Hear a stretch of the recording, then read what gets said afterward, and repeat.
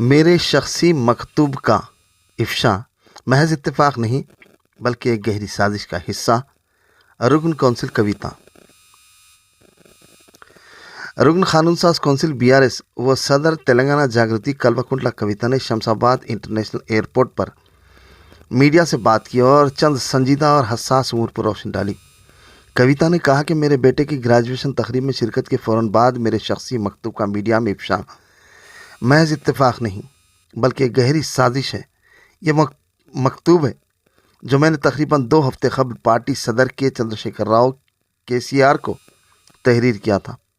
انہوں نے وضاحت کی کہ یہ پہلا موقع نہیں ہے کہ وہ پارٹی معاملات پر اپنے خیالات کے اظہار کے لیے مکتوب تحریر کی ہیں، بلکہ یہ ان کی مسلسل سیاسی اور فکری وابستگی کا حصہ ہے۔ کویتا نے 2 ٹوک الفاظ میں کہا کہ پارٹی کے اندر جو چال بازیاں اور سازشیں پنپ رہی ہیں وہ اب صرف شخصی نوعیت کی بات نہیں رہی۔ انہوں نے بتایا کہ میں نے جو کچھ کہا وہ تلنگانہ کے ایک باشعور شہری اور پارٹی کے مخلص رکن کی حیثیت سے کہا ہے۔ اس میں کوئی شخصی ایجنڈا کار فرما نہیں ہے۔ انہوں نے کہا کہ میرا مقصد خالصتاً پارٹی کی بہتری اور اصلاح ہے۔ اگر میرے خط کو لیک کیا گیا ہے تو یہ انتہائی افسوسناک ہے اور اس پر پارٹی کو سنجیدگی سے غور کرنا ہوگا۔ اگر ایسا کرنے والے عناصر کون ہیں؟ انہوں نے جذباتی انداز میں کہا کہ KCR ہمارے لیے ایک دیوتا کی مانند ہے، مگر یہ بھی ایک حقیقت ہے کہ ان کے گرد کچھ ایسے عناصر موجود ہیں جو پارٹی کو اندر سے کھوکھلا کر رہے ہیں۔